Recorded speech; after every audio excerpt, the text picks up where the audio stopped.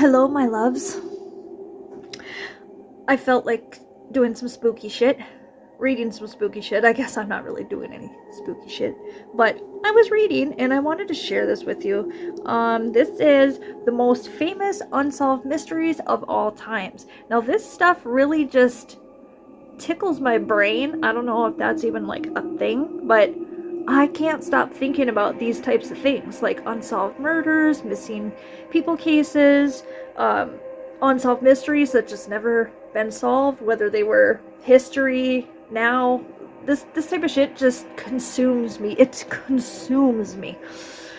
Okay? So, the most famous unsolved mysteries of all time. Number 1. Amelia Earhart's disappearance. That has been on my mind since the very first time I learned about it in school when I was a child. A child. That was a long fucking time ago. That was like a million moons ago. Maybe not that many, but it was a long time ago.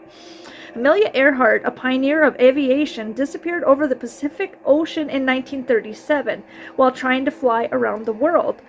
Despite multiple searches, no trace of her or her plane have ever been discovered. She literally fucking vanished. Finito. She's just gone. We don't know. We know nothing.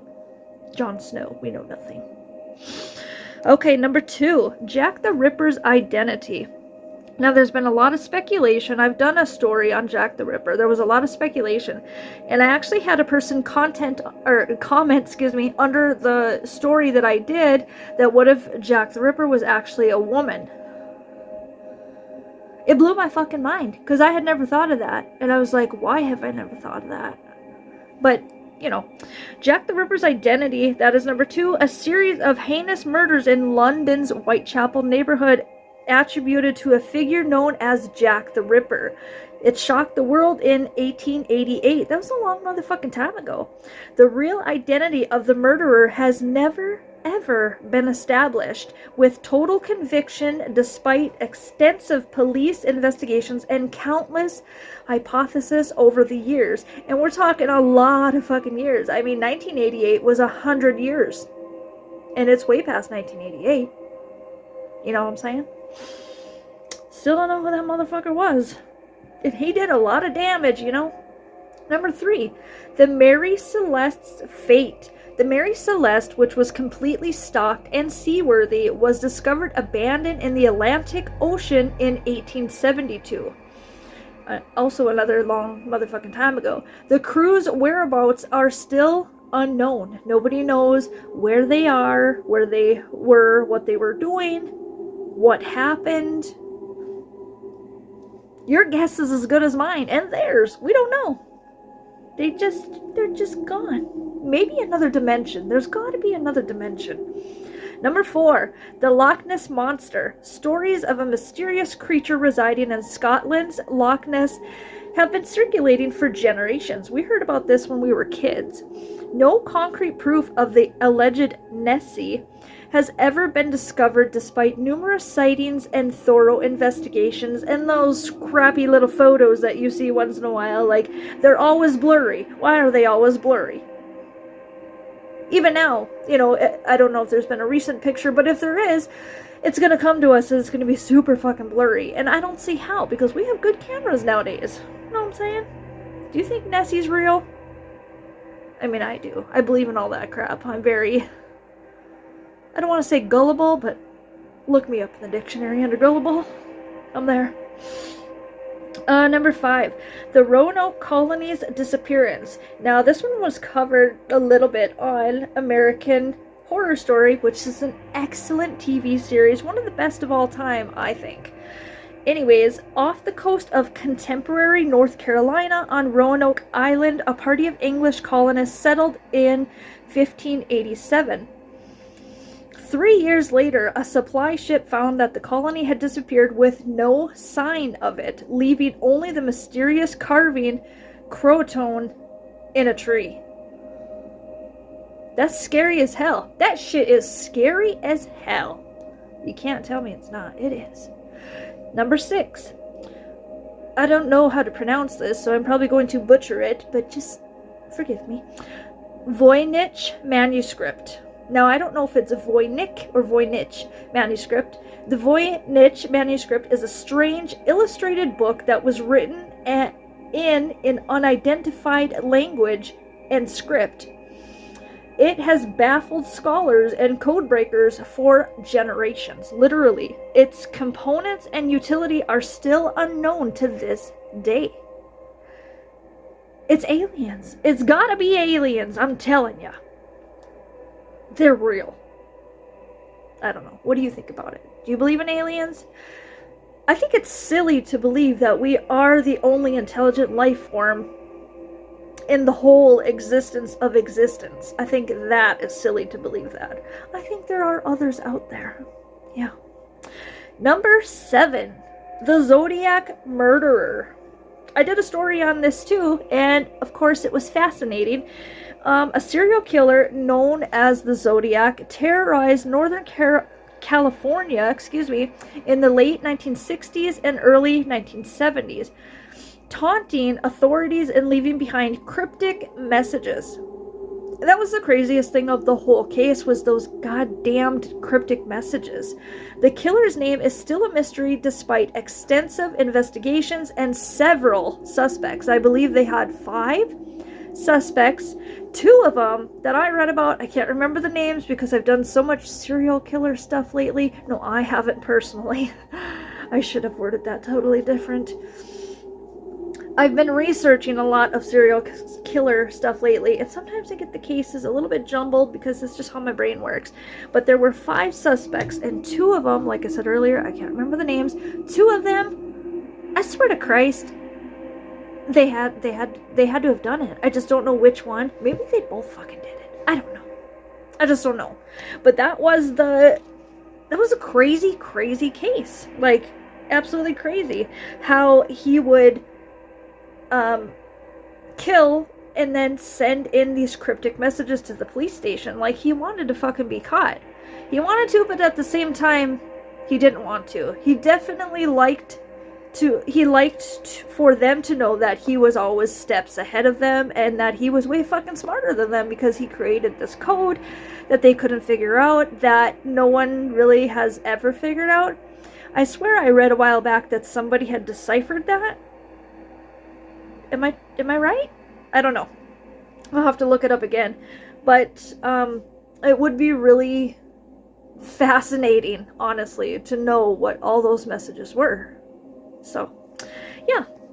I was feeling a little spooky. I like all those unsolved mysteries, unsolved murders, just unsolved, like, and they were huge things. Like, people around the world know about these incidents and these cases, and it's shit that just hasn't been solved. I really like reading about these, and I also like what the fuck facts and creepy facts and strange facts and did you know facts. So I'll be doing a lot of those.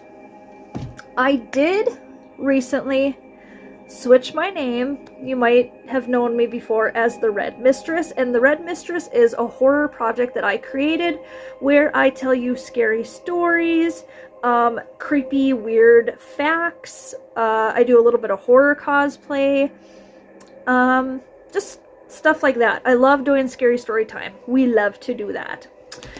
And recently, I had switched the name from the Red Mistress to, I am now known as the Red Dahlia. Couldn't take the Black Dahlia because, well, you know why. So I am the Red Dahlia because I'm a redhead. It's cute. It fits.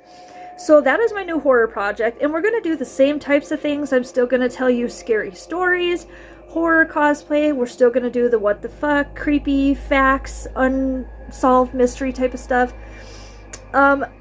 I am adding one new thing, and I'm super, super excited for this. I don't have it quite ready yet. I am building it from the ground up, but I am going to be doing a podcast, and it is called Scared Sexy, which I think will be successful. It may take me a while, but it'll be successful. We are going to, on there, I'm going to also do like scary stories, scary little skits, scary stories or short horror stories that I've actually written. I'm going to be talking about some of those. I may occasionally have a friend stop by, so there will be a guest on the show. I'm going to do 2 topics per episode. So if I have an episode that's like 30, 40 minutes, whatever it is, that's like the longest they're going to be. I'll always have horror as one of the topics because that's my main thing. The Black Dahlia is a horror project.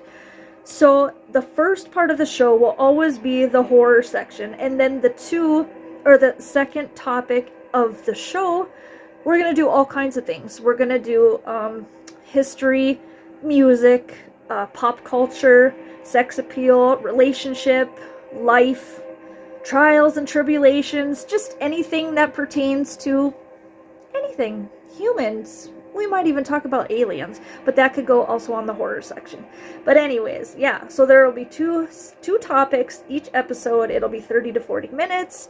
The podcast is called Scared Sexy, and I can't motherfucking wait to show you this or let you hear this.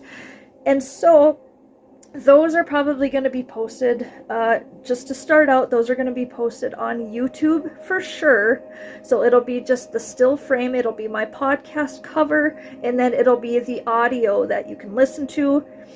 And then my little videos like this where I do the top 10 creepy facts or the what the fuck facts or anything like that, you'll actually get the visual video. So I'll still have some video where you can visually see me, because I know a lot of my horror fans like to see me because sometimes I'm so fucking silly, or they like my creepy ass clothes that I wear. This isn't that creepy. This says queen, and I'm the queen. Horror queen, that is. But a lot of times I wear horror shirts and dress, like that. And they like that. At least that's what I've been told. You'll get the podcast, which is just the audio. A lot of people like to listen to me ramble on, but they're too busy to actually watch. So they got their earbuds in and they just want to listen. So that's why I'm doing the podcast. A lot of the fans have requested it, and I thought it was a great idea. A lot of people are doing podcasts nowadays, and I just want to give it a try. If it's not successful, that's okay. I'll move on to something different. But I'm putting a lot of time and energy into it. So I think over time, it may take me a year, but I think it'll do pretty good. Can't wait for you guys to hear it. I wish I could give you a date on when it's actually going to start. I can give you an estimate. I would say by May 1st, I'll have the Scared Sexy podcast up and running, and have for sure the pilot or episode 0 out. And yeah, we'll go from there. So that's all I was doing tonight. Hopefully soon I will get some scary stories on here. This is a brand new account because I had to switch over from the Red Mistress to the Red Dahlia. God, I gotta get used to that. I keep wanting to say the Black Dahlia, but I am the Red Dahlia. Okay, yeah, that's all I have to say. I know that was a lot, and I was just about it, so I hope you caught everything. You may have to watch this twice. Sorry about that. But yeah, happy hump day tomorrow, and I hope you have a great rest of the week and an even better weekend. Stay fucking spooky. You know why? Because that's the best way to be. Yes. Good night.